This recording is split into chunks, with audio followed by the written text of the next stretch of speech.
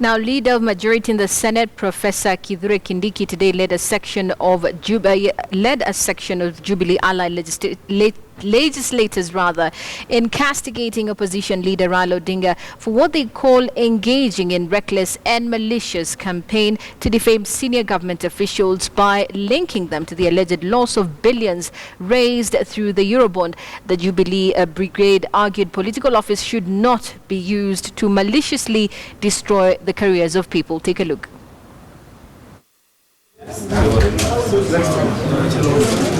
On Thursday, opposition leader Raila Odinga named 8 senior government officials in the National Treasury and Central Bank of Kenya, including the Chief of Staff in the Presidency and Head of Civil Service, Joseph Kinyua, as persons of interest who must explain to Kenyans the whereabouts of 87.7 billion shillings raised through Eurobond that was allegedly wired to the South African branch of JP Morgan and Chase Bank instead of being deposited lump sum and direct into the consolidated fund at Central Bank of Kenya. There are people who have got information, but they may be just the first line. As you can see an onion, you're peeling it, its first layer, second layer. A section of lawmakers from the government side, led by leader of majority in the Senate, Professor Kithure Kindiki, have accused Raila Odinga of peddling reckless and malicious allegations on senior government officials. We are asking all the public officers who were recklessly and maliciously named yesterday to proceed urgently to court, not only to seek damages in terms of personal injury to their character, but to sue the court leader for criminal libel. The National Treasury Cabinet Secretary Henry Rotich insists all proceeds for the Eurobond were received and accounted for. Rotich says Raila's allegations that the monies were stolen are meant to sabotage the economy. The Central Bank of Kenya has dismissed claims that some of its officials were involved in the alleged embezzlement of Eurobond proceeds. Central Bank of Kenya says Mohamed Nyaoga was appointed chairman of CBK board on June 19, 2015 and did not participate in the Eurobond matter. Nyaoga has promised to institute legal action against Raila. Equally, the head of civil service, Joseph Kinyua, has threatened to sue Raila.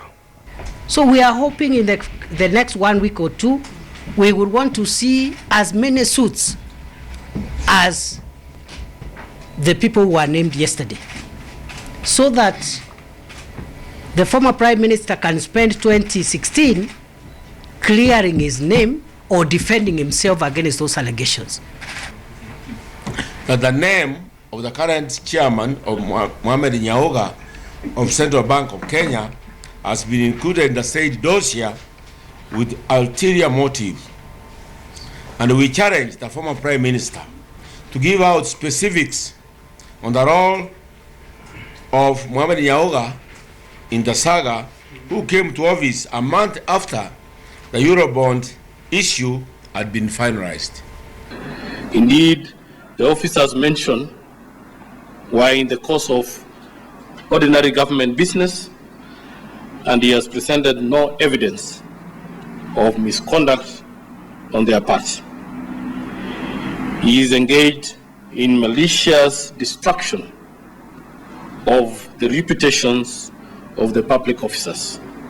The Jubilee lawmakers scoffed at Raila's demands to President Uhuru Kenyatta to institute independent international forensic audit to track the whereabouts of the $909 million, an equivalent of 87.7 billion shillings.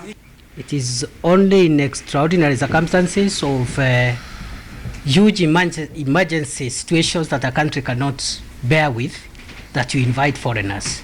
We challenge the Federal Reserve Bank of New York to come out clearly and demonstrate that it was not a party to what is clearly an elaborate money laundering scheme by producing bank statements detailing movements of the Eurobond proceeds deposited in the account between 8th of September 2014 and 30th of June 2015.